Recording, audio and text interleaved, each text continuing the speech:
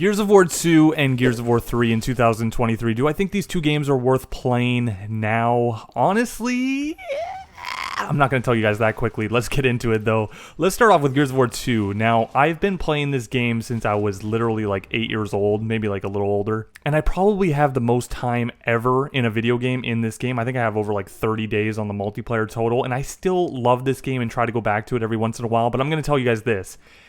It's a shit show. It is. I mean, there's got to be, if I had to give you guys a rough estimate of how many players are still on this game, it's got to be less than like 200 players because I'm always running into the same names. Shout out to you guys if you're still playing this game. I love that. But yeah, I don't think it has many players on it anymore. And I've started to notice over like the last 5 years or so that it's hard to play this game nowadays. There's still hackers on this game. People are still doing glitches and stuff, which is kind of annoying because, I mean, even if you leave the match and try to find another one, you might not be able to, so you just got to play with these hackers or these glitchers all the time.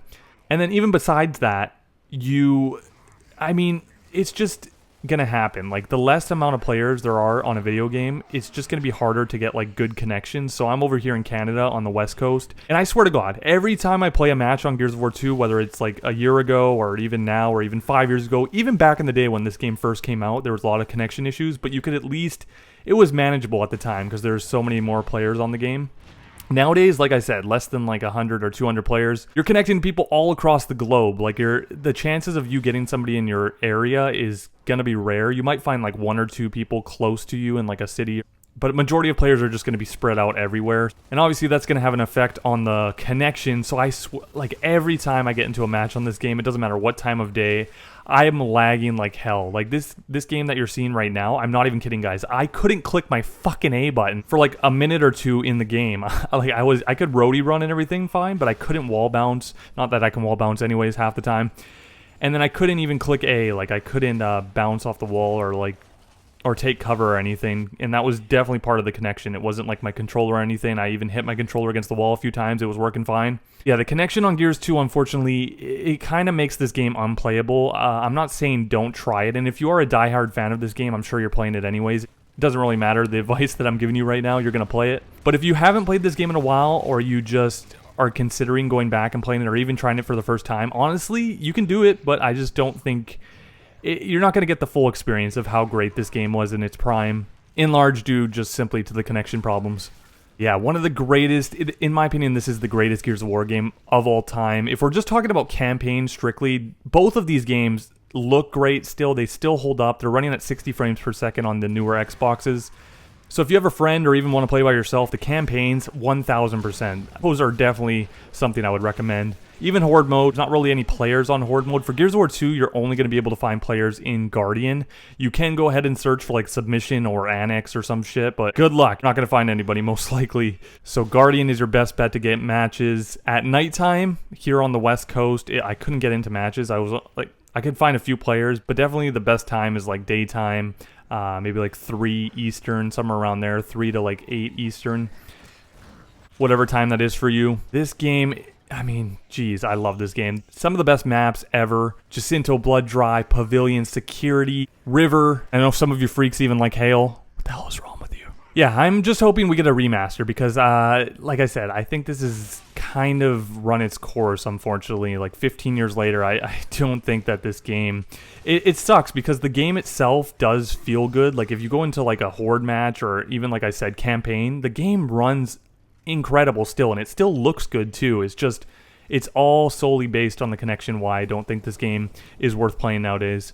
Moving on to Gears of War 3, I have been having a lot of fun on this game. Now, it is very hit or miss, and it does experience the same kind of connection issues that the second game does. Some matches, I'm lagging all over the place. I don't know what the hell's happening. I'm under the map, I'm over the map, I'm inside the map. It's fucking bullshit. But other games, I'm fine. The connection's, at least above average, probably like 90 pain or 100 pain. I guess that will do. And this one is just a lot more playable. I think this one holds up a little bit better than even Gears of War 2 does. Like, the camera shake, I will say that. Holy fuck, that camera shake. I didn't remember it being that bad, but every time I go back to this game, I'm like, holy hell, what the hell is with the camera shake? It's going to give me a heart attack. Other than that, the game looks gorgeous. It's over 10 or 11 years old now, still looks better than a lot of games nowadays. Gameplay is great. Anybody that uses a sawed-off shotgun in multiplayer, I hate you. There's a few annoying things in this game that I never really cared for. Like some of the weapons mainly. It was like the sawed-off shotgun, which not a lot of people that are still on the game even use that. It was just mainly a problem when it like first came out. There was a lot of noobs on the game using it, you know, hiding behind corners and stuff, and they were honestly bodying me. The digger was kind of annoying, but other than that, the maps in this game are phenomenal. I don't think they're as good as Gears of War 2 maps, but it's close. Yeah, this game just runs a lot better. Like I said, it is hit or miss. There was I played about an hour and a half yesterday, and a few of the lobbies I was on, I was lagging a bit, and then some of them I wasn't. I think that's just due to there being more players on this game. If I had to give you guys another rough estimate, and I'm just pulling these numbers out of my ass, so take that into consideration, I would probably say there's like closer to like 1,000 players on this game every single day. The playlist shows 0 for whatever reason. It's glitched, but you can find some players in King of the Hill, not that many, maybe like 1 or 2 lobbies going, and then TDM has a few lobbies going every single day. So if I was to recommend playing Gears 2 or 3, I do think 3 is still worth playing. Now, I usually personally go back to Gears of War 4. Anytime I feel like playing Gears, I usually go to Gears 4. Just because that has the most stable connection. I think Gears 4 honestly has the most players on it. It's close. It's got to be between 4 or 5. And another good thing about Gears of War 4, and even 5 somewhat, is they brought back the Coalition. They brought back a lot of maps from Gears 2 and 3, and even Gears 1 into those games. So anytime I play Gears of War 4, I'm getting maps like Security, Blood Drive. I think they brought back Jacinto, or maybe that's Gears 5 that brought it back. But yeah, I mean, so you're still getting, it's obviously not the same. Gears 4 feels a lot different than Gears of War 2 did. But at least you're getting some of the classic maps in that game. Campaigns are definitely a go. Multiplayer, maybe just 3. We just need remasters. Keep ready. We've been waiting for it for like years. Honestly, I don't think it's coming anymore. There was like a ton of rumors about a year or two ago about a Marcus Phoenix collection, including Gears 2 and 3 remastered. And it just never came to fruition. And I don't think it's going to. I don't even know what the Coalition is doing at this point. I haven't been keeping up with it. But last I heard, I think they're working on Gears of War 6. So if I had to assume, that will probably come out late 2024. And yeah, I highly doubt we get a Gears 2 or 3 remaster before then. If anything, it's going to come after Gears 6 does. So yeah, we just got to hope and pray for that. And until then, we can play some of these older Gears games.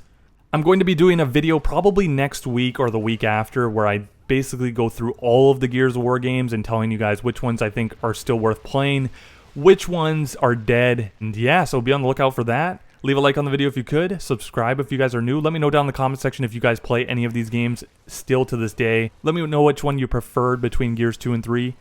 And I will catch you guys later. Peace.